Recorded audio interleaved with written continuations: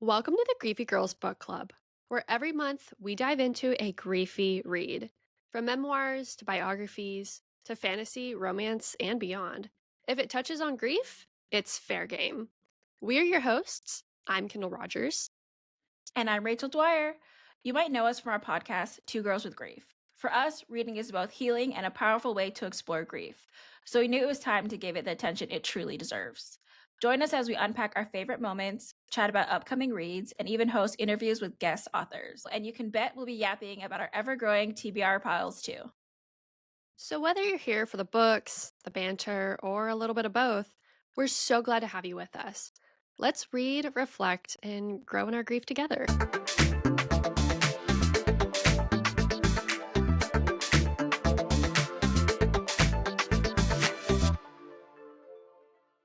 This book that we're reading today is The Beach Read by Emily Henry. We're going over today chapters 5 through 10. So hopefully you've watched our 1 through 5 breakdown. These chapters I feel like becomes a little bit more juicy. Yeah, It I starts to agree. pick up. We're What are your getting thoughts so far going in? clues. We're getting backstory. What are your thoughts on the book so far? I love it. And in fact, I'm like, I'm having a hard time like stopping because I think I'm actually a couple chapters ahead because I couldn't stop listening It to it because I'm like, this is so good. it is hard to stop yourself. Like it Yeah, is hard it is. because we're reading it in chapters and I'm making notes of everything. It is hard to do that. I have been. It's like, okay, just stop. But I'm trying to keep it like fresh in my brain, so Mhm. I've been making notes. But it is hard because you're like, oh, it kind of ends at a time that I want to keep reading. Right. And the pacing is really quick. I feel like there's not really any slow parts where you're like, oh, can we hurry up and get through this? Like, even in the more in like dialogue and conversation, like the pacing is good. It's pretty I feel like they're pretty quick. Like you can keep up with it pretty well. Yeah, I feel like there's a good amount going on, and there's a little, mix of like her grief, but like the romance part, I feel like it's a Yeah. good mixture of plot lines. So Yeah, a I've been lot of enjoying it. emotion happening. Like A lot of emotion, for January is just sure. being flipped back and forth between so much happening. For sure. Yeah, I mean the chapter 6 opens with her bumping into her dad's mistress. She's also at the book club, so she's freaking out, and then she goes into the bathroom and like starts downing the wine that she brought in her purse. And so it's like a very dramatic opening. Honestly, a very memorable part of the book. Like I laugh about that in her purse wine. Yeah, her purse wine. And I in the bathroom, she has a line where she says, "This will be the hardest night you'll have all summer." But like she like even as she said it, she acknowledges like that's a lie to her. She's telling herself, but she just tried to kind of like push herself to get through this moment. Hmm. And then I think when she leaves, she hears Sonia's like making an excuse, like she has to go back to work and she has to leave all of a sudden. So like they don't cross paths again. That's where Gus shows up. Yeah. So she goes from being like this awkward encounter with Yeah, her dad's mistress and then her like arch nemesis uh crush yeah, slash college crush crush. shows up. Yeah, but it was funny because I don't know if they mentioned it in this chapter or the next, but they basically both thought they were invited because they're both writers. They both thought that Mhm. they were being invited to kind of be like guests of honors because like they didn't even tell them what book it was. Right. And they just were like, oh, where's the book club? So they assumed, okay, then you must be talking about my book. It must be like a special guest thing. I felt very seen as a book club member and the dialogue between all the ladies talking about the book and everybody's random thoughts. And it's very much like real book club where it's like, so what'd you think about the book? And like someone's gonna love it and then someone is gonna hate it. Like there's all these That's opinions. true. And it's just a fun time. I think like everybody should be a part of a book club. That's true about reading in general. I go on like Goodreads so often. Me But then too. there's books that like I loved and other people will like tear apart and they hated it Yeah. and they didn't like a single second of it. And sometimes it's hard because you want to go in with just a non-biased opinion. Hmm. And when people tell you they don't like the book, you want to think I won't like this book. Yeah. Like, or you assume that you're not going to like this book, but in reality, people are going to see books differently. Yeah. And You what know, like, people want out of books is different. I yeah, think it's different. people who are reading books that might be, my big thing is like, you might really love a book and the writing is simple. And just because it's Yeah. simple writing doesn't mean it's a bad book. I think people are like, might be a little pretentious thinking like a great book has complex writing. And I'm like, some of the best books I've ever read have the simplest writing. And I think that's more relatable to people who are reading and need kind of like escapism and just need to get out of their own heads for a Yeah. while. For me, I feel like that's the best part of reading is that you kind of get to leave your world and go to another story. Mm-hmm. As long as there's a good story plot, like I'm generally happy. Yeah. And it might be like depending on my mood too. So Yeah, for sure. Yeah, and I think that's like I love that this conversation I feel like is alluded in the book itself between her writing about romance books and then Gus's writing about like these complex, serious things and showing that like what people like out of reading and what they're getting from their authors are different. And that's okay. Like people read for different reasons. yeah, I think that's how chapter 7 ends, where they basically get into a fight. And I don't know if it's like she's being sensitive about her her writing or kind of where she is. Mm-hmm. And I'm not sure if it's like a miscommunication, but basically he did say like I don't know why women have their own section. And she basically went off like if you read any story and you change the woman to a man, then it's just fiction. It's not women's fiction, it's just fiction. Yeah. And then the genre would get the respect it deserves if like there was a man in the plot. But yeah, they basically both left the book club. She was super drunk because she drank all her purse wine, and Gus offered to take her home, but she's like fighting with him. I don't need a ride. I'm gonna call an Uber, but like there's no Ubers there. It's a very small town. It was late at night, and so she eventually gets into their car, and then they go to this old like donut spot where it's like they get day old donuts and like I think maybe day old coffee. And it seems like they're taking a turning point, but then that's when they start fighting about the books or Mm-hmm. like the genres is like towards the end of the chapter. So it's like you see them kind of like having these like cute moments they're talking about, having donuts, and then all of a sudden it's like they erupt into And fighting I'll again. say it was in this chapter, I was thinking the banter is so good because it Yeah. is like borderline, they're about to fight each other, but also flirting. And it is like Emily Henry does such Yeah. a good job teetering on that line. I do love a good banter for sure. Yeah, That always gets that me. chapter really like stole the banter show because I was like, man, this is a good the Yeah. way they just go back and forth over the donuts. And I was like, this is a good chapter with good banter. If you like good Yeah. banter, this is a good book for it. Yeah. And chapter 8 opens with I feel like Gus is a little bit they say like dark mysterious guy. Mm-hmm. And so he basically just like says he doesn't like happy endings. That's why he doesn't like women's stories. Is like he doesn't like that there's always a happy ending. I think um he says there's a line that life is pretty much a series of good and bad moments until you die, which is true, but it feels like that's a very like Yeah, a very pessimistic simplified, look. yeah, like simplified, such a negative way to look at life. But and he also says like love is more likely to blow up in your face than bring internal happiness. So he's like he comes off like very jaded Mm-hmm. and very dark. And I think he always has been that way from like what they talk about in college, but he seems more so now, I think. And I'm pretty sure that's like I think he came off that similar way, but I think more so now. And you figure out like later the reasoning why, but he kind of alludes to just like he doesn't believe in happy endings or happy times or happy life. Yeah, Um, it's just a very dark outlook on life. which I feel like, and I know he's not necessarily the character in grief, but that's kind of like a complex conversation as like you get deeper into the book and you realize like it's a different thing, but we don't know that quite yet in this chapter. But that is an outlook I feel like a lot of grievers have. I certainly did after like the loss of my dad Yeah. was like, there's no happiness left in the world. What's the point of like doing anything? Like I'm just going to sit here in my like eternal rain cloud. And and you don't want that obviously. Like I don't think, but it's just like that depression that It's so overlooms you. relatable. Yeah, Yeah. it's very much. And I feel like even in this situation he's talking about, that's a very similar thing of like especially when you're immediately after the loss and you're grieving and you're thinking like, what's the point of all of this? What's the point of, falling in love? What's the point of being motivated in life if all of it's not worth it? Like nobody's going to have a happy ending. And that's kind of Yeah. like, it's a realistic view, but it's not a hopeful view.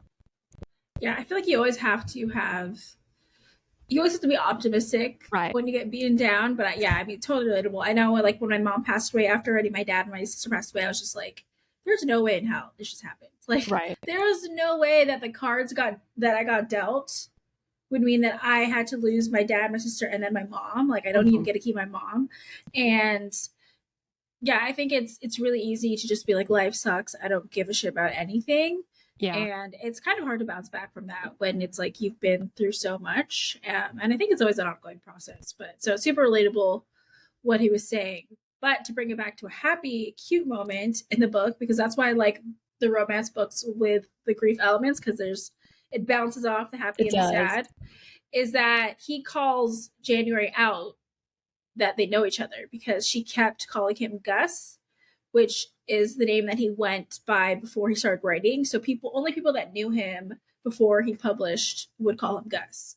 Everyone else called him, I think, like Augustus or his last name, which I forgot it is. So like he called her out. He's like, "Come on, January, you remember me?" And she was like trying to play it cool. And he's like, "Well, I just didn't know if you remembered me, so I didn't want to say anything." And he was like, "Yeah, it wasn't that long ago, and there was that one night." The And one then night. the one night, and they flash back to the one night where basically they were at a party, and then I think it was basically they were like freak dancing. I don't know if that's what they call it now, so like bumping and grinding, Yeah, like they were at was it a frat party or something? something like that, some type of party, and they just started bumping and grinding, and so they're all over each other. But I think that's like the only night they had. Well, But and she then like already, the timeline, we start getting into the timeline of the whole thing because she's like, I thought in her mind, he's with somebody, he's dating oh somebody, one yeah, of her friends. And she's like, but I have this big crush on him. And so you start getting into like, you don't really know what the real yeah. timeline is and you're missing some details, but this is what's going on in her head. I think it might have been her roommate, because she mentions that Oh, yeah. he dated multiple of her roommates. Yeah. Like he So had dated all her friends. I feel like it's so relatable though. Like a guy will, especially when you're younger, will do stuff like that and then say that and then it's like he likes you. Hmm. And it's like, why would you date everybody else if you're saying that you like me? I feel like that's such like a young guy thing to do. Yeah, weird thing. It's a weird Yeah. tactic. It's like, okay, yeah, I don't know what that is, but I feel like that's a common occurrence that happens. Yeah. But I do like that in their relationship, I feel like you can tell that he has this level of like care about her, and like he Hmm. just notices things. And he talks about how like she's different. He like can't let go that she's different now, and he wants to know why. And she's like, "Oh, I'm not like why? Because I'm not acting like a fairy princess anymore." And he's like, "Well, you're drinking wine out of a purse. There must be like a reason why you're doing that." And I think that's when she finally admits that she's having writer's block and she's running out of money. Yeah. I know for sure that's where she admits that. And then I think Gus brings up to make the deal of like, "Okay, why don't we switch? Like, you write a book about, I don't even know what his genre is. I forgot. Like, what?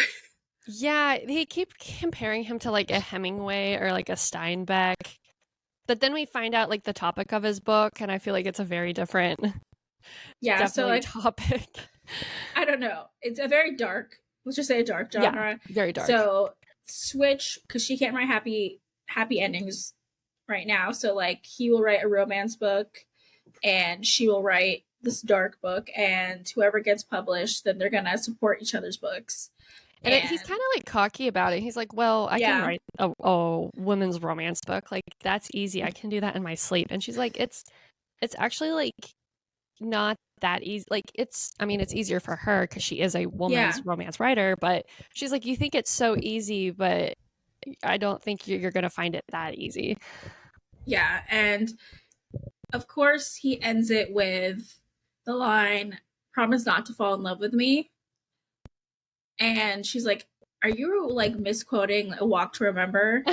like the greatest movie or something. Like throwback to like what a Yeah, good movie. Broke my that was a heart. good movie. That Same yeah, thing, like bad boy falls in love with a good girl that believes in yeah. love. They don't make movies like that anymore. No, they don't. Shout out to the early 2000s. Yeah, but it's just funny because that's what they she mentions as she calls them out on it, and I feel like I like that they can just call each other out and stuff, Hmm. and I feel like they're very real and they don't hold back, which I like. I like that like banter, And then we find out that he's cutesiness. read her book, and Oh yeah. he like quotes the dedication of her book, and it was about her parents and like their love story, and she's like, "Oh, you actually read my book?" Like Oh, she's stunned. I forgot about that. I remember that that she basically is like, okay. Oh yeah, I think she trades information of that her dad died, Hmm. and that's why she's here. She traded that information to like for him to share one of his like deep dark secrets because he's like so mysterious. And he said, "I lied. I've read your books," which is like it's so cute. I don't know. It's like a cute thing. You're like, okay, he has like paid attention to my career. Yeah. But I forgot that he quoted because that's actually really cute. That's even Well, cuter. and it's been years since they've Yeah, graduated college and like they've gone off on two different paths in life. And so the fact that like after all this time he's still reading her books like goes to show he remembers her and she stood out to him when they were in school together. And yeah, that was just a yeah. really like sweet moment. I kind of I feel gushed. I was like, like oh, I feel like those things don't happen anymore. Like no. those kind of like really cute moments. Because I feel like as you get adults, like it just kind of like feels stalkerish instead of Right. like cute. Yeah. But but it's like you don't know who is still on your radar or like who made an Like impact on you. who's checking your Instagram page and you have Yeah, no clue. yeah, you don't know those things. Yeah. I'm having like those same conversations now with a few of my friends that I've been friends with since high school because our high school reunion is coming up. And we were Huh? Yeah, like, oh my God, 10 years. And like, who are we going to see? And it's just like brought up like crazy stories from our past and like, oh, I wonder what happened to this person. And this person used to like me. And then we broke up. And like, it's just been like weird to reflect. And I feel like a yeah. lot of that nostalgia is It's like just cute happening in this fun. book. Yeah. Yeah. Yeah, it's just cute fun. It's where it's like so lighthearted, where it doesn't really mean anything in the bigger scheme of things, but it just makes your heart like skip a beat when it's like Yeah. those cute little crushes. I went to an all girl private high school, so like I don't Mhm. have any interest in going to the reunion. But it's just like, yeah, I mean, also because my sister passed away and my sister went there, and I just Yeah. like, I It know kind of like that's gonna, hangs over you. yeah, it's gonna result in people that everyone that I keep in touch with from high school knows about, like knows about my sister and stuff Yeah. and like has talked to me. But people that I don't keep in touch with or even teachers, like I don't want anyone asking. Like I Hmm. don't want that to be a thing. It's like if this is a high school reunion, like I don't want to talk about my dead sister or my dead parent. Like I don't want to do that. Everyone Right. that I know, I'm still in touch with. Everyone that I care to be in touch with, I am. So Hmm. and there's not like, oh, I wonder what this guy like. I want to see this guy. Like, there's none of that. It's an all girl school, so any of that like fun is not there. So Hmm. I'm like, I'm not going. And I'm proud of myself that I actually said that because my friends were talking about it because it was actually this year was my sister's year for a high school reunion, Hmm. and then they're like, oh, do you think you're gonna go to ours? And I was like, no. I was like, I don't want to. And I said the thing. I was like, I don't want to be like the dead girls. I don't want everyone to like talk about my sister or bring it Right. up to people Yeah, that and I have like don't the know. random people hugging you, and you're like, who are you? Yeah, Where are random you people coming like bring from? it up. I know people are always going to be like nosy, and it's like they feel like they can ask questions, and it's like I don't want to do that. I have no Yeah. interest in doing It's that. it's a really weird and hard balance to like juggle people coming up to you because I mean, obviously a loss is like just emotional for anybody, but like they feel entitled to To you know, as like the yeah, family member and you're like, okay, but like obviously this is the closest to me and it's affected me the most. So like, that happened so much. Honestly, I had people mhm, reaching out that just knew me or knew my sister that were like, "Oh my god, what happened?" Like freaking out. I was like so annoyed that so many people were coming out of the woodwork and felt that it was appropriate to bug the sister about details. Yeah. Because it wasn't even just like, oh, condolences. It was like condolences, but oh, what happened? I need to know. Oh my God, and oh, shocking. And I'm like, I can't hold your grief. In fact, you're just pissing me Yeah. off. Because we don't know each other, like Yeah. if I have to accept a message request, we're not friends. Like if I have to accept that on a platform like Facebook or Instagram, we're not friends. Like, so Yeah. don't. It feels very odd because I feel like this, I mean, maybe this has happened for a long time, but I feel with just like social media has made it feel like people are entitled to other people's lives, Yeah, and they're not. and you're not, and like you're not a celebrity. I mean, maybe you will be someday, but like you're just a normal Yeah, person going through a really hard time, and like it's a very interesting like societal phenomena that it's I a think weird thing. I it can share is. every piece of my life, and if I choose not to share one thing, Yeah. I And you don't don't have to owe it share to it. anybody. Yeah, Like and that's also if I share it once, I don't have to share it again. Like right. just because I shared it once doesn't mean I want to continually talk about it. Hmm. It just means I shared it at that moment. I It think doesn't like mean that I need to again. Yeah. yeah.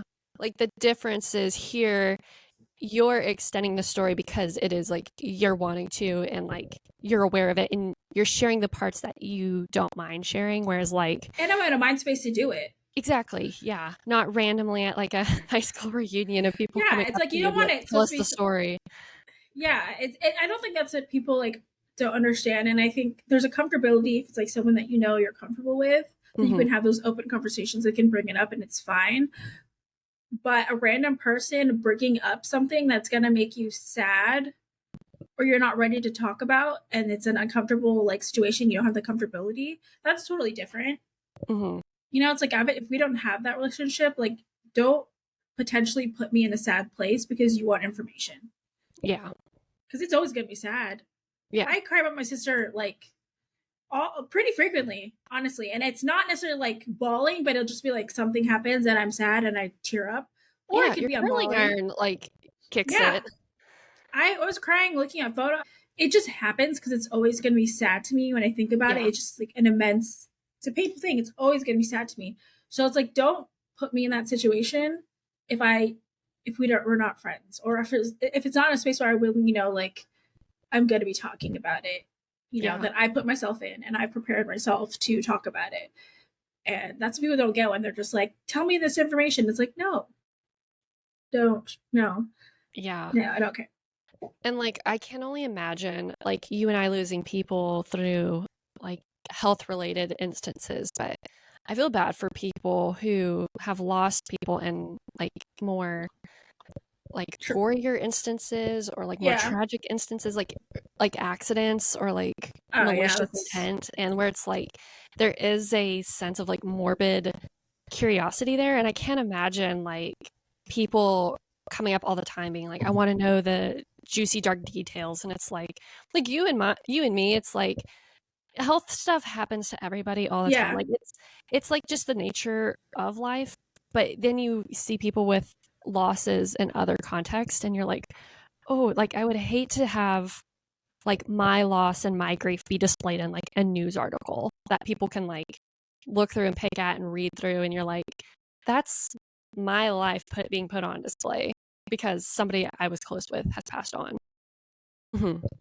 and so to back to the happy things, um, which also deals with like her grief. Like chapter 9 opens up with her mom and her relationship and just kind of how complicated it is because once she found out that her mom knew about the affair and didn't tell her, she kind of like it broke the relationship for a while because she just was like so upset because she had such an amazing positive experience with her dad as this like loving supportive husband, this loving supportive dad that would like I don't know where I think it opens the story of like when her mom got diagnosed with cancer, the dad was like, let's get like they got dressed up, they went to like this fancy steakhouse in their like neighborhood, like and they like danced in the restaurant and like he was like it's gonna be okay. So to her, it's like her dad is his amazing dad. And then that all falls apart after he passes away, which I feel like is so hard because you're already grieving him as a person and you're grieving like the person that you knew. And Yeah. then I think part of that goes to like her mom and her mom not telling her, and the feeling like the deception in that relationship as well. And that's just like so much to do with that once. Yeah. And I think it's like she's having the perspective as the child of the relationship of her parents. And I think children will always have a different perspective of a marriage than the actual marriage itself because they're not in it. Yeah. And you think because like her mom was also diagnosed with cancer and like she was going through remission and then gets diagnosed. Like there's so much up and down already happening in their family. And that's just like probably another thing. Her parents are like, we don't need to put this on our daughter. Like she's already going through so much as it is. And, you know, her mom being the one with actual cancer, she was probably like, I don't know if this is something I want to deal with right now. Yeah, and her mom, but I think in that chapter she does kind of acknowledge like her mom, was going through so much pain. She's going through chemo, all these different things, Yeah. and then her mom was preparing for a death essentially, and then instead she gets better, and then her husband passes away. Yeah. And so she kind of, I think, looking back, she's kind of slowly acknowledging like my mom's been through a lot too, and maybe I need to be a little easier on her because she's also had a rough go at it, and Mm-hmm. it's not easy to know what to do in those situations. So like, Yeah. do you let your daughter know like it's already a difficult time? If the mom forgave him, it's like, I don't know, it's a hard thing because it's like adults are just, your parents are just, people living their life too. I Right. often think that we view them as like these perfect people that know everything and can't do anything wrong, and they're really just living like living their Yeah. life. Like I can't imagine a little person expecting me to know everything. Like that is so stressful. Just that thought is so stressful Yeah. that I'm like, I can't. It just, you have sympathy for the parents, and like something you kind of learn growing up is like parents are just people Yeah. that had kids and they're trying to figure it out. It's not easy. I remember my dad telling me kind of the same thing of like, because I often complained that I was the oldest and I was the one who kind of had to like be the experimented kid of like trying new things. And it's just like, as an oldest, you kind of get tired of that. And Yeah, so my dad once put it into perspective and it kind of changed how I saw like my role in my family of that. He's like, I know you're the oldest and you're always having to be the first one to try new things. Whereas your siblings get to learn from you and kind of walk in your path and it's a little easier for them. And he's like, but every day I wake up, it's another new day of being a dad. And he's like, every day brings a new set of challenges. He's like, and I've never done this before either. He's like, so you and I are doing this together.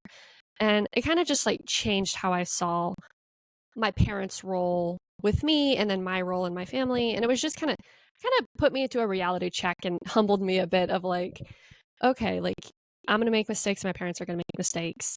And that's just a part of it. That's life. dads can give the best advice. Yeah. They really do. My dad gave great advice. I think wish he took more of his own advice more, Mm-hmm. but I feel like he was very reflective in what he shared. So that was nice. But yeah, I wish he had done it for himself too. Um, but one thing she also mentions that in like the chapter, because she had used to like pride herself that she had so much in common with her dad, and now she has mixed feelings about that. Mm-hmm. I feel she's having a crisis of like, did I really know my dad? And she's questioning if she's capable of being in a great love, because she's questioning if her dad was able to, since Yeah. from her knowledge currently it's like her dad cheated on her mom while she had cancer Mm-hmm. and had a mistress, and the mistress was the love of his life in her perception currently, and then he died. So like she never got to get the answers, and her mom doesn't want to talk about it, so she's just kind of putting the pieces together, but from her perspective, which I think can be hard because you can fill in the blanks and it can be really wrong.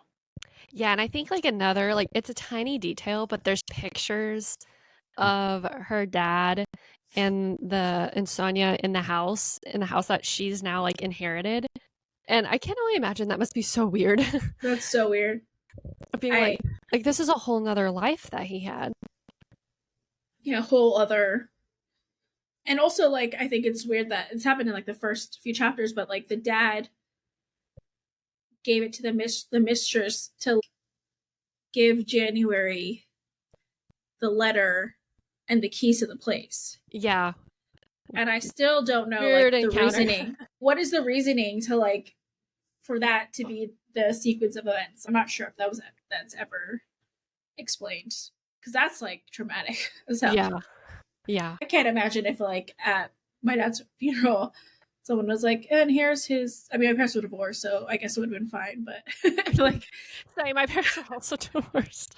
so it would have been that traumatic. So, chapter 10, I think it's cute because she starts like, she's starting to clean out the cabin and whatever. But one thing I really liked is Gus writes her a note on like a notepad through the window because they're both like working on windows that face each other. And he writes on the note, "Life is meaningless, January, gaze into the abyss."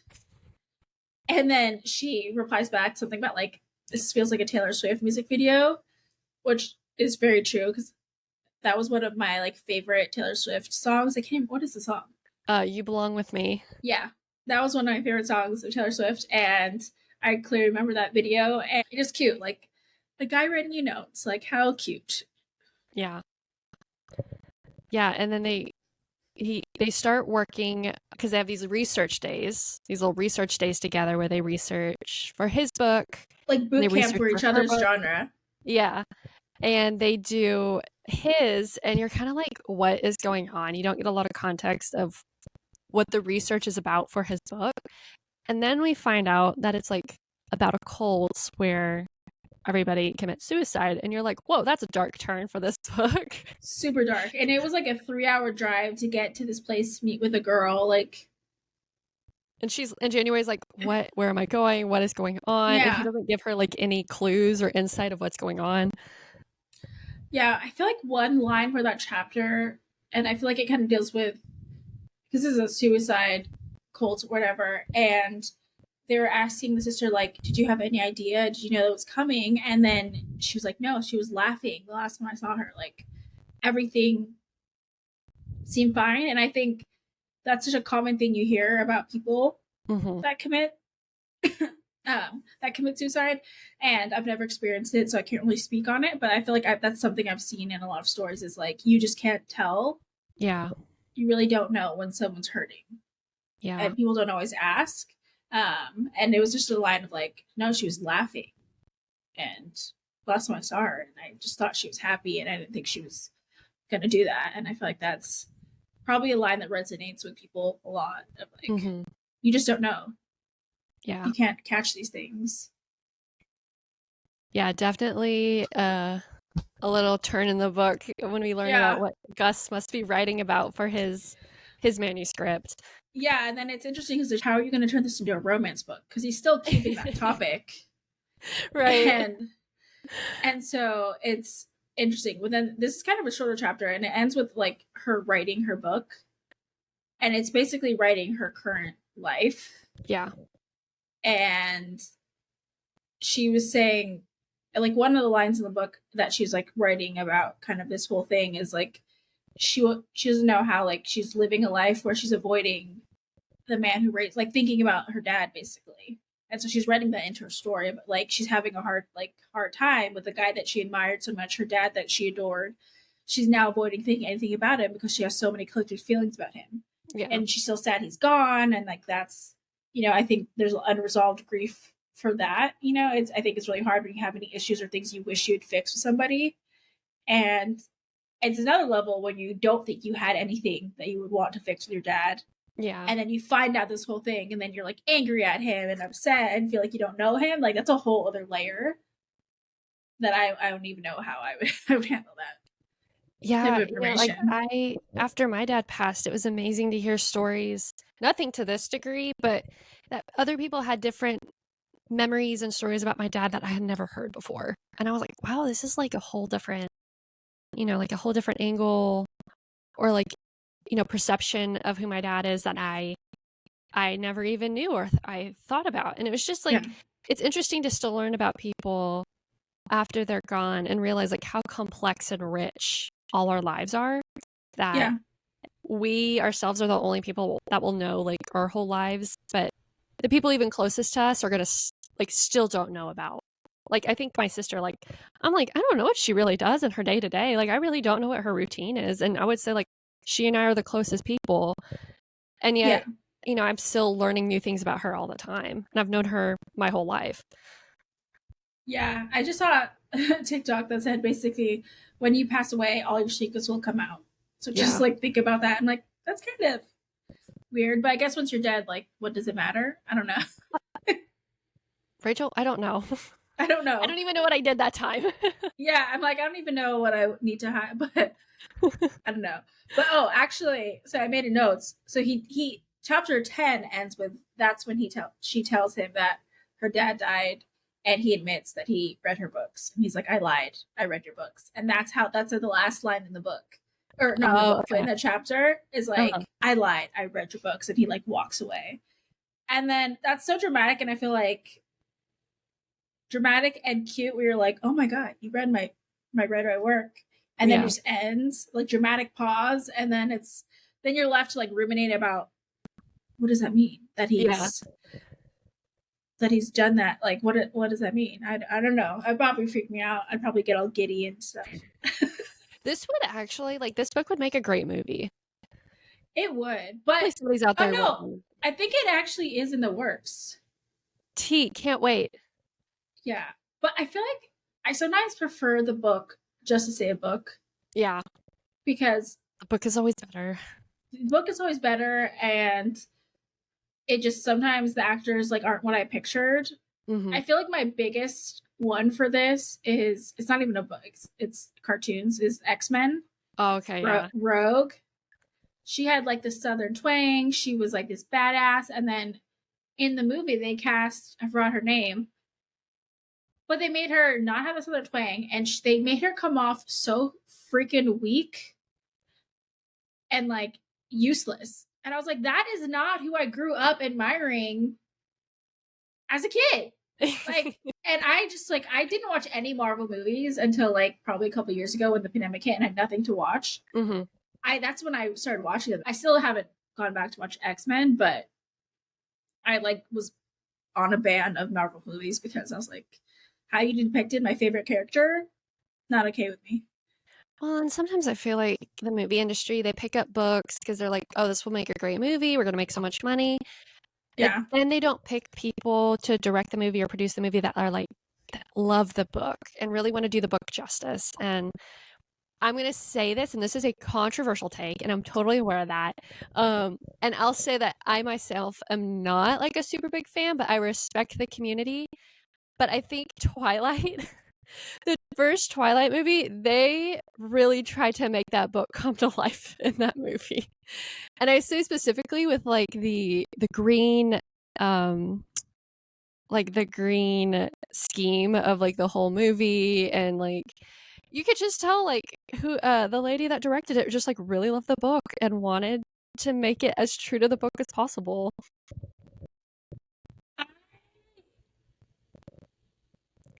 I read all the Twilight. I think I read all the Twilight books, but I stopped watching the Twilight movies. Yeah, I don't think I've seen all of them, and like I said, I'm not really a fan. I read them when they were popular to see what the hype was about, but my big thing was not necessarily the books, but it was like Bella as a character. I didn't like because she didn't have agency, and this is a thing me and my sister talk about all the time. Because she's a big Twilight fan, and I respect her for that, and love your fandoms. But I was like, I can't get behind Bella because I love a strong female protagonist, and I Bella did is go not to that, and that's okay. No. I think I read all the books, and then I watched the movies, and I stopped watching the movies after there was like the one scene that she's just like sitting down screaming nonstop about Edward not being there. I think he left. And Yeah, I was like, get it together. You are just pick screaming yourself up. nonstop. Like, for a man you barely know Yeah, who's a he's 100 years vampire, old. like, what the He's heck? a Like, vampire. this is way too serious for what it is. And you're just like screaming, like, no, you're in high school. Like, what? Like, this is inappropriate in so many levels. And after that, I was like, I can't watch this because this is not good. This is not good behavior. And I just A little stopped chaotic, watching. yeah. But I think after the first one, I visited my cousin in Washington, and we did go to Forks, Washington. Oh, fun. Yeah. Fun facts about But Rachel. yeah, now I'm like, I am not a huge fan of that franchise. So yeah, It's funny this to has see been, like the resurgence. What, like, yeah, I guess I don't know when they came out in 2008 or something, but it's funny to see yeah. like they're still so big.